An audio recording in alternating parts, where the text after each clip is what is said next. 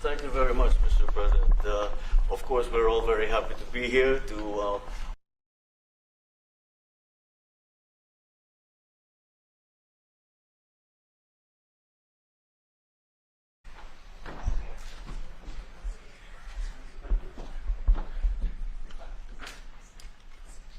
Thank you very much, everybody. It's a great honor to have President Ferdinand Marcos Jr. of the Philippines, a great family legacy, and highly respected in this country. I know that because I have many friends in the Philippines, and there's great respect, or I couldn't say it, so congratulations. Thank you. We're going to be talking about trade. We're going to be talking about war and peace.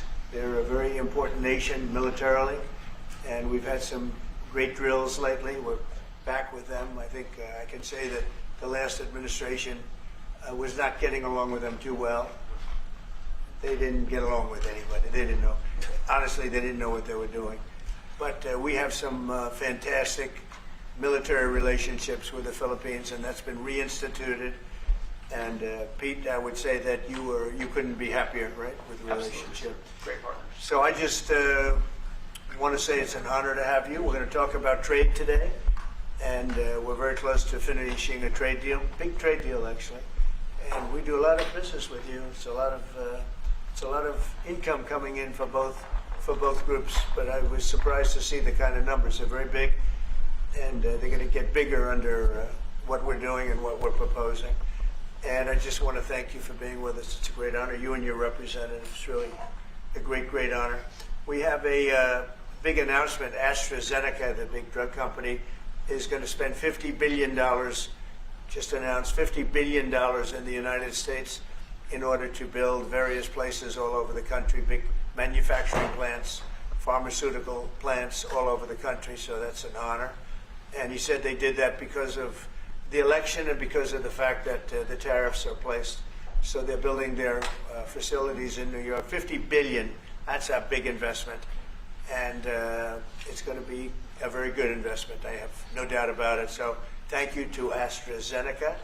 And with that, I'd like to have you say a few words, please. Thank you very much, Mr. President. Of course, we're all very happy to be here to once again reaffirm the very strong ties between the Philippines and the United States, ties that go back over 100 years. And considering the context in which we live these days, especially in my part of the world, this has evolved into as important a relationship as is possible to have. We must remember that the United States is our only treaty partner in the Philippines, and that has stood us in good stead over the years, certainly through the Second World War, and the cultural memory of all Filipinos, down to even the school children, is that our strongest, closest, most reliable ally has always been the United States. That is something that we value, that we are grateful for, and that we will continue to foster as we go on. With the leadership of President Trump, I am very confident that we will be able to achieve that. I think it is worthwhile to remember that it was President Trump who, in his first term, characterized the relationship between the Philippines and the United States as ironclad. And that has been necessarily the case since that time that you made that statement, sir. And it is something that the Philippines will always hold close to its heart. Thank you once again, and we are honored, and it is our great pleasure to be here and to visit with the President of the United States. Thank you, sir. It's my great honor. Any questions? Mr. President, Yeah, please go ahead. Go ahead. Mr. President, do you think that Fed Chair Jerome Powell should resign? I think he's doing a bad job, but he's going to be out pretty soon anyway. In eight months, he'll be out. But I call him too late. He's too late all the time. He should have lowered interest rates many times. Europe lowered their rate 10 times. We lowered ours none. And it's causing a problem for people that want to buy a home. Look, our economy is so strong now, we're blowing through everything. We're setting records. You know that. You see that. And whether it's the Philippines or anyone else, we're setting records at levels. People aren't able to buy a house because this guy is a numbskull. He keeps the rates too high, and probably doing it for political reasons. The only time I remember him cutting rates, I mean, he cut the rates just before the election to try and help Kamala or whoever he was trying to help. He probably didn't know.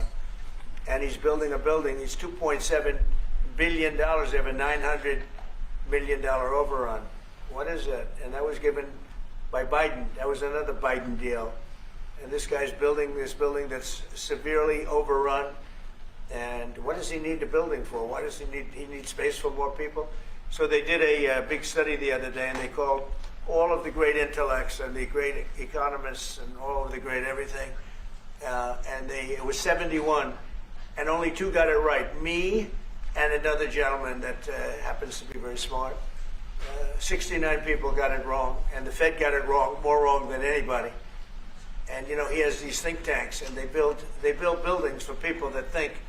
And it's really not thinking. It's a little bit of combination of thinking, but it's something you sort of have or you don't have. They don't. The job he's done is just terrible. He ought to raise interest rates. You know, we should be at 1%. We should be leading the world. Instead, we're paying 4%. And if you look at what that means, that's over $1 trillion in interest that we have to pay. That with the striking of a pen, we would be saving more than $1 trillion. Is that right, Scott? Yes, you have sir. anything to say about it? Yes, sir. I called yesterday and this morning for the Fed to do a big internal investigation to understand not their monetary policy, but everything else. The Fed has had big mission creep, and that's where a lot of the spending's going. That's why they're building these new or refurbishing these buildings. And I think they got to stay in their lane. And I think that based on the way they cut rates last fall, they should be cutting rates now. It's inconceivable, I know the Fed very well, that they can be spending $2.7 billion. They don't do anything. It's the greatest job. You show up one day, a half a day, you make a little speech, the economy's doing well, the economy's not doing well, we're going to raise interest. And he's got it wrong. That's why I call him too late, T-O-O, too late. And it's really too bad. But it is affecting people that want to buy houses, and that shouldn't happen. And Mr. President, And you know, he should lower them. Those rates should be 3 points lower. That's what they should be, 3 points lower, maybe more than that. Mr. President, I would like to ask both for you Yes. one question. Mr. President Marcos, next year, Philippines is going to be the rotating chair of ASEAN. I wonder, how do you plan to balance your relationship between the United States and China? And for President Trump, Kremlin yesterday said if you are going to Beijing in September, they wouldn't rule out a meeting between you and President Putin. Is such a meeting possible? And how soon do you plan to visit China? Well, we have a lot of meetings possible. President Xi has invited me to China, and we'll probably be doing that in the not too distant future, a little bit out, but not too distant. And I've been invited by a lot of people, and we'll make those decisions pretty soon. Please. Well, as you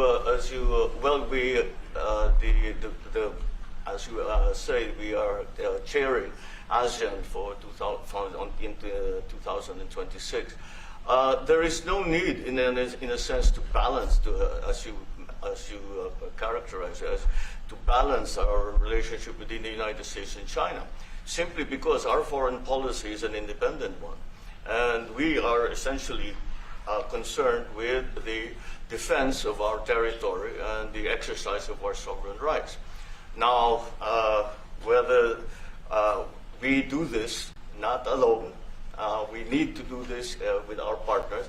And again, our strongest partner has always been the United States.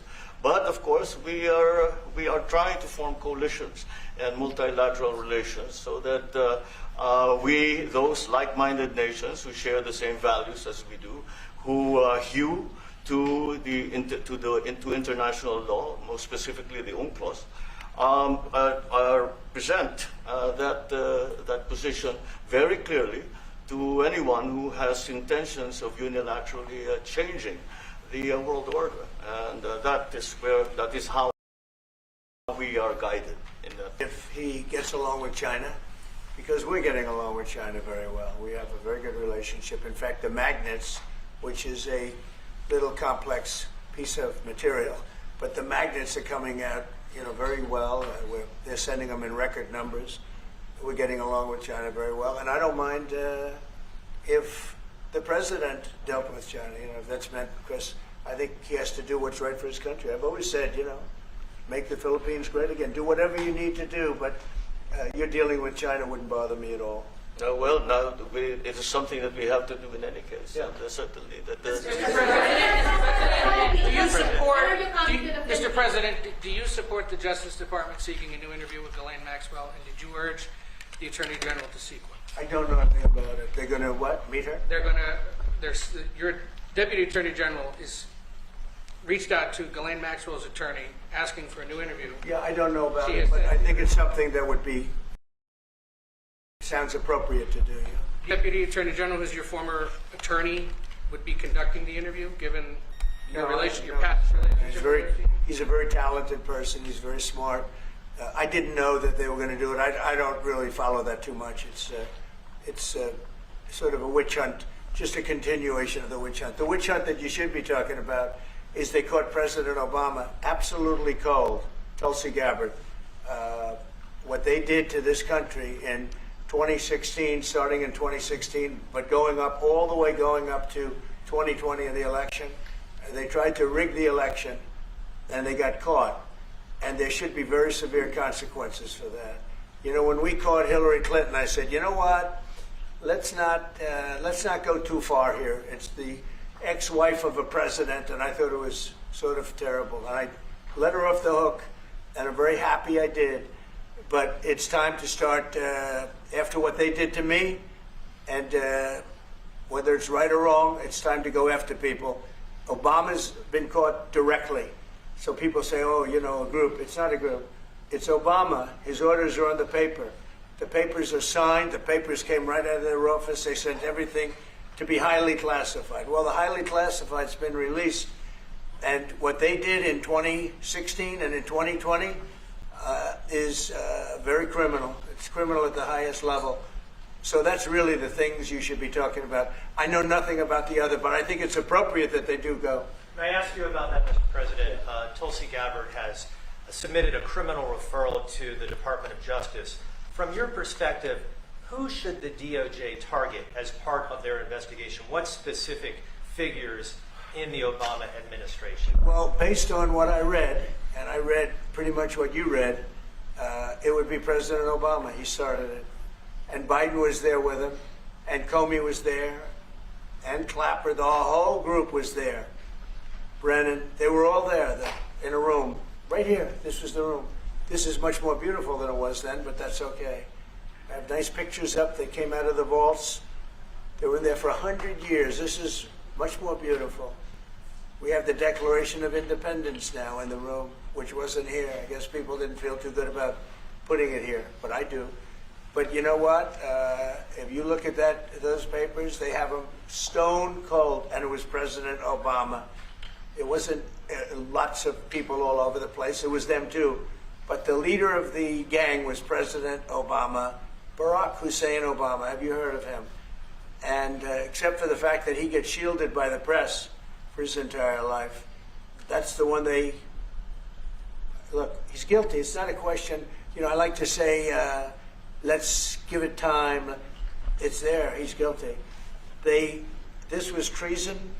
This was every word you can think of. They tried to steal the election. They tried to obfuscate the election. They did things that nobody's ever even imagined, even in other countries.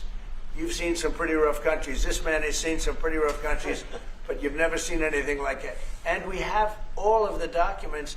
And from what Tulsi told me, she's got thousands of additional documents coming. So President Obama, it was his concept, his idea, but he also got it from crooked Hillary Clinton. Crooked is a $3 bill.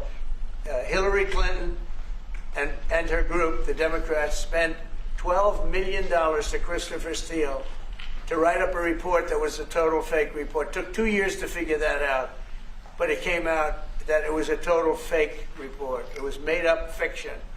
And they used that. Now, the one thing they weren't able to do was to, and probably the only thing I respect about the press in years is the press refused to write it before the election. They refused to put it in. The Steele report was a disaster. All lies, all fabrication, all admitted, and admitted fraud. She paid $12 million, and the Democrats, for that report to a wise guy named Christopher Steele. He wrote a phony report, and they wanted to get that report in before the election. And I'll tell you what, I talk about all the time, the fake news, how bad it is, but in this case, they wouldn't do it. They saw it, they read it, and they said, we don't believe it. And it was only after, substantially, like a month and a half after the election, that it got printed, and it was a big wisp. It was just like a bang of nothing, because the election had ended. If that report had gotten published by the New York Times or somebody, and I respect the Times for maybe only this, because they're crooked as you can be. They're a terrible paper, a crooked, corrupt paper. But for this one moment, they said, this is bullshit, we can't put this in. And neither could any other paper. Wall Street Journal's a lousy paper, very, very dishonest paper. As you see, I'm suing them for a lot of money because they do things very badly. It's got a nice name, but it's really, in my opinion, it's a terrible paper. And it can be corrupt. But just so you know, they didn't take the Steele report. It was the dossier. Remember the famous dossier? I called it the fake news dossier. The news wouldn't publish it. And I'm amazed. They had 2.5 months. It was finished. 2.5 months. That was supposed to be what was going to happen. And it got published a couple of months after the election. And frankly, nobody cared too much about it. But that was a big thing. No, we caught Hillary Clinton. We caught Barack Hussein Obama. They're the ones. And then you have many, many people under them. Susan Rice. They're all there. The names are all there. And I guess they figured they're going to put this in classified information and nobody will ever see it again, but it doesn't work that way. And it's the most unbelievable thing I think I've ever read. So you ought to take a look at that and stop talking about nonsense, because this is big stuff. Never has a thing like this happened in the history of our country. And by the way, it morphed into the 2020 race. And the 2020 race was rigged, and it was a rigged election. And because it was rigged, we have millions of people in our country. We had inflation. We solved the inflation problem. But millions and millions of people came into our country because of that. And people that shouldn't have been, people from gangs and from jails and from mental institutions, people that we don't want in our country, people that we're getting out, dangerous people. 11,888 murderers, many of them 50%, more than 50%, murdered more than one person. I hate to say this with such a distinguished guest, but you know, they asked me a question. I got to answer the question. No, Barack Hussein Obama is the ringleader. Hillary Clinton was right there with him, and so was Sleepy Joe Biden, and so were the rest of them. Comey, Clapper, the whole group. And they tried to rig an election, and they got caught. And then they did rig the election in 2020. And then because I knew I won that election by a lot, I did it a third time, and I won in a landslide. Every swing state won the popular vote. But I won that all the same way in 2020. And look at the damage that was caused. How crucial is the ammunition hub, and how crucial is the ammunition hub that the U.S. plans to build in Subic and the Luzon corridor, considering that these will be built in areas that hosts strategic ports as well as military air bases? You're talking ammunition? Yes, the U.S. House Congressional Committee on Appropriations approved a budget. What's very important. Otherwise, Sorry? we wouldn't have approved it. Sorry? Yeah, it's very important. Otherwise, we wouldn't. We need ammunition. We're going to end up in a few months, we'll have more ammunition than any country has ever had. We're going to have more missiles than any country has ever had. We're going to have all the speedy missile ones, the slow ones, the accurate ones, the ones that are slightly less accurate. We have everything. But we will have ammunition than any country has ever had. It's very important to me. And how Go ahead, please. Red? Sir, when you say trade deal, what gaps remain? And for President Marcos, sir, I was just wondering, do you not think that perhaps U.S. missile systems could be considered escalatory by China, especially because they can strike even to mainland China? Thank you. Well, it's an honor to be with this gentleman. You know, I've known him, and I've known his family, actually, but I've known him. And I assume you're from the Philippines? Are you from the Philippines? Yes, sir. That's good. You're very lucky to be from the Philippines. It's a great place. But we're going to have a very good relationship. I mean, I know you had some problems with another president, and it was not your fault. It was the president's fault. And the country was maybe tilting toward China, but we untilted it very, very quickly. But you know, you had a country that was tilting toward China for a period of time, and I just don't think that would have been good for you. You can deal with China, you should deal with China, but when I got elected, everything changed, and they came right back to us. Say it again. Yeah, Brian, go ahead. Oh, Mr. President, I just wanted to piggyback off the Sorry, I housing. have a question to President Marcos. I'll let the Yes, president yes. first. I'm sorry, what was the question again? It was about whether having U.S. missiles hosted in the Philippines could be considered escalatory by China. All of what we consider part of the modernization of the Philippine military is really as a response to the circumstances that surround the situation around the South China Sea, and now what we used to refer to as Asia Pacific, which we have expanded now to the Indo-Pacific. And if we would certainly, like in any kind of military spending, we would wish that it wasn't necessary, but it is. And so that is what we are doing. And as an adjunct to the question about the ammunition production, this is actually the United States is assisting the Philippines in what we call our self-reliance defense program, which is to allow us to be self-reliant and to be able to stand our own 2 feet, whatever the circumstances that occur in the future. And that the reason that we have encouraged more interaction with the United States is because it is necessary. And it is not just with the United States. It is with all our neighboring countries, and even countries as far afield as the Scandinavian countries, the EU. And so this is an ongoing process. And again, I will stress the point that we do this because we feel it is necessary. Don't forget, just as tantamount to what you're asking, the Philippines were loaded up with ISIS and a lot of terrorists, and they were at a very, very dangerous point. And during my administration, we went in and we wiped them out, working with the Philippines, but we wiped them out.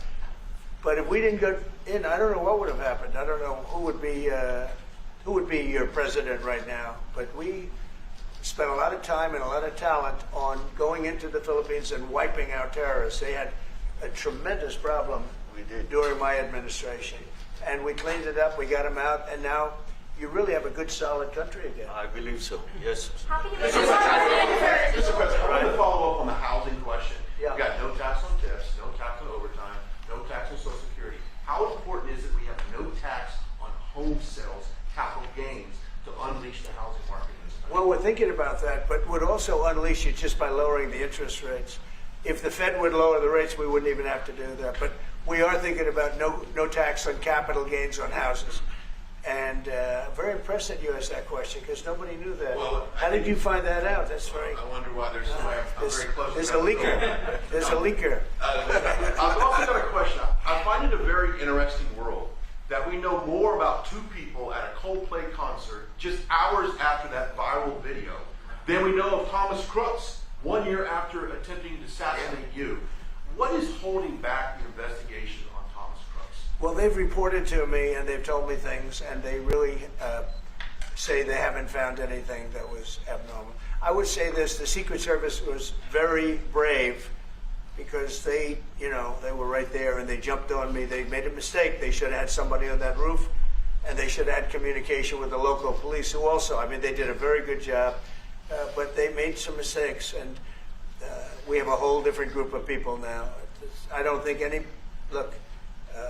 anything can happen, but I think we have the best people anywhere in the world right now, and I think they've learned. And they went into him very, in great detail. They gave me the whole thing. And what can I do? They say that it was just a nut job that was looking to do this. And I spoke with the FBI, the new FBI. I spoke to the FBI, who was the old FBI. I wouldn't have believed a thing they said, because the old FBI under Comey was crooked as hell. He was one of the most crooked. Everybody should read the Horowitz report. Unfortunately, Bill Barr didn't use it. But the Horowitz report, not appointed by me, it was a report on Comey and the FBI. It is one of the worst shots at a human being I think I've ever seen. In fact, the New York Times did an editorial that was one of the worst editorials I've ever seen about anybody. That was about Comey. You ought to go back and get, and Barr didn't use it because he didn't have the guts to use it, or something happened. I don't know. Too bad. He went to Mr. Durham. Instead of doing the Durham, all they had to use is the Horowitz report. And I always felt badly for Horowitz, frankly, because he's a Democrat, I guess. He was appointed by a Democrat. But that report has gotten lost, and it shouldn't be lost. You should all go back. It should be mandatory reading. Go back and read the Horowitz report on Comey and his cronies. And you'll see exactly, we're going to add that to all the stuff that we found. It just confirms it. But what we found is even more so. Now, we found absolute, this isn't like evidence, this is like proof, irrefutable proof that Obama was seditious, that Obama was trying to lead a coup, and was with Hillary Clinton, with all these other people, but Obama headed it up.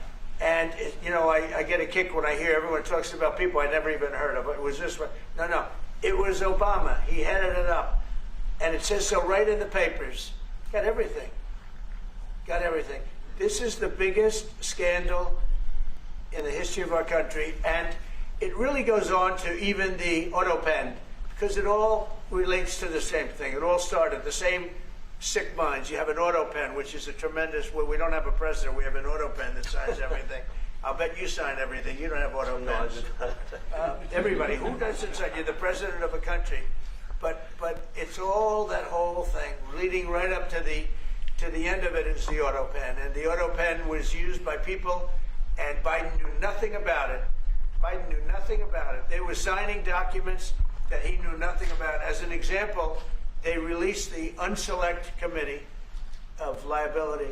The Unselect Committee spent 2 years grilling everybody, and then they destroyed all the evidence. You know why? Because the evidence made them guilty. And he gave them all a pardon. The Cheney, all the scum that was on the Unselect Committee, Cryan, Adam Kinzinger, and Democrats.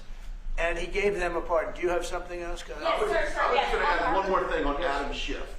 Director Pulte reports that Adam Schiff claims he lived in a one-bedroom apartment. Now, how does a family of four, and you're a developer, a very successful developer, how does a family of four live in a one-bedroom apartment? No, it looks like Adam Schiff really did a bad thing. They have him. Now, let's see what happens. It's not up to me. I stay out of it purposely. But it's mortgage loan fraud. It's a big deal. He defrauded banks and insurance companies and the federal government. But it's very simple. It's mortgage loan fraud. And you're right. It's a lot of people to live in a one-bedroom apartment, right? But he put it down. But he has a lot of other things far worse than that. So, no, Adam Schiff, they have him 100% on mortgage fraud. Now, if there's anybody else in this room except you would have no problem.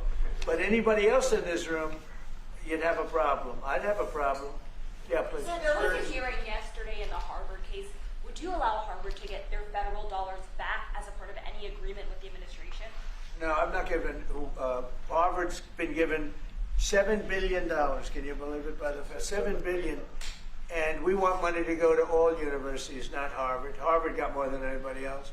They have $52 billion. They get huge tax incentives and tax breaks on that $52 billion. But they have $52 billion, and they got $7 billion over a short period of time. And we have a very hostile judge appointed by Barack Hussein Obama, a very, very hostile judge who knows exactly right from wrong, but You know, we expect to win it on appeal. She hasn't given a decision yet, but she's very hostile, and she was put by Barack Hussein Obama, and generally speaking, anybody that does that, we're gonna have problems with. So we don't expect to have. We won the case yesterday. Anybody that was there, that was a neutral, would say we easily won the case. But a lot of the case, and a big part of it's going to be how much money Harvard gets in the future. That's not part of the case, and they're not going to get very much. Mr. President, where are we in terms of negotiating about the reciprocal tariff? How far are we? With who? With the Philippines. You from the Philippines? Yes, right, Good. from the Philippines. How far are we from achieving Well, free it's tough. trade He's a very tough negotiator. So far, we're not there because he's negotiating too tough. In fact, I used to like him better than I do now. He's too tough. But we'll probably agree to something. But he's strong, a strong negotiator. He loves your country. Mr. President, Mr. President, When are you coming to No, the no, Philippines? please. we talked a lot about the severe consequences that those who are involved in the Russia hoax must face. In your view, sir, what are the next steps now that these documents are out there? Tulsi Gabbard? Well, the Justice Department would have to act. And we have a very competent, very good, very loyal to our country person in Pam Bondi, very respected. And it's going to be her decision. Just a follow-up to that, sir. Kristi Noem was in New York City visiting an off-duty CBP officer who was allegedly shot this weekend by an illegal alien who came into the country during the previous administration. Right. What is your message to any local leaders who continue to push sanctuary city policies after this nearly tragic incident? So the only thing I don't understand, because you like to understand things and we're all smart people and all, but why would they allow 21 million people into our country, unvetted, unchecked? You don't allow it. You wouldn't allow people then. He's tough. No, the country's run properly. Biden and his group of thugs, and I don't think it was Biden, I think it was the people that surrounded that beautiful Resolute desk right behind you. They allowed 21 million people, probably much more than that, and many of them came from jails and gangs and drug dealers and mental institutions, insane asylums. Many of them are very sick. 21 million, probably 25 million, probably even more than that. And we're getting them out. Many were murderers, as I said. They killed people. Many killed more than one person. Stone cold murders. I don't understand why they would have allowed that. There's only two reasons. The vote. Is there one voters? It's one reason. I don't think they would have done it for that because they cheat. You know, they're so good at cheating, they don't need that. But the vote, and the second reason is they hate our country. I think they hate our country. I actually do. And it's the biggest problem. I mean, much of our time is spent with, you know, we have the strongest border anywhere in the world now. Maybe even stronger than your border, if you can believe it. We have no people came in last month, 0, which is pretty amazing. I'm not even sure I can believe that. But liberals are the ones that do that calculation. So, but we had no people come in. A year ago, we had hundreds of thousands of people come in. Hundreds of thousands of people. And they flowed in. And if it wasn't for the election, it would have been millions of people came in last year. So millions of people prior to election time, they allowed millions and millions of people to come into our, I mean, you saw it. They'd open the gates. If you took an Alabama-LSU football game that holds 128,000 people, I was there, 128,000 people. And I liked them and they liked me.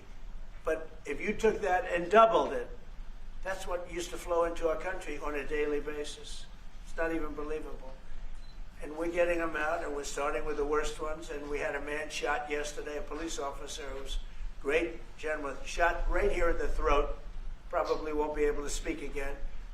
But he was brave, and he shot the other guy, and they ended up getting him. And you saw the scene where his friend took him to a hospital and dumped him down on the sidewalk. The whole thing was crazy. But why would anybody do to our country what these Democrats have done? And honestly, we can never forget it. We can never forget it. What they have done, the damage that they've done to America is very, very sad. Thank you very much, everybody. Thank you, Fred. Thank you, Fred, for heading out right today.